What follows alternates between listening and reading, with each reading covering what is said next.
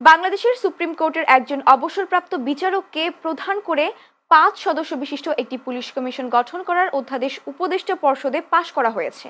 বৃহস্পতিবার বিকেলে রাজধানীর ফরেন সার্ভিস একাডেমির মিলনায়তনে এক ব্রিফিংয়ে এই কথা জানান পরিবেশ উপদেষ্টা সৈয়দা রিজওয়ানা হাসান।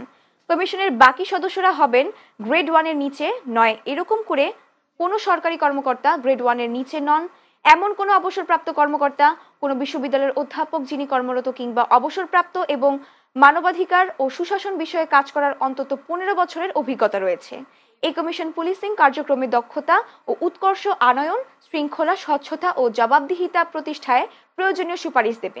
পাশাপাশি তথ্য প্রযুক্তি প্রশিক্ষণ, কল্যাণমূলক ব্যবস্থাপনা আর পুলিশ সংক্রান্ত যে সমস্ত আইন নীতি গবেষণা করতে হবে এগুলোর বিষয়েও সরকারকে সুপারিশ প্রদান করবে।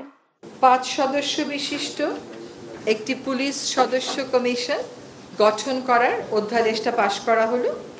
এই কমিশনের প্রধান থাকবেন বাংলাদেশের সুপ্রিম কোর্টের কোনো একজন অবসরপ্রাপ্ত বিচারক, জেলা ম্যাজিস্ট্রেট হিসেবে কাজ করেছেন, এই রকম গ্রেড 1-এর নিচে না এরকম কোনো সরকারি কর্মকর্তা,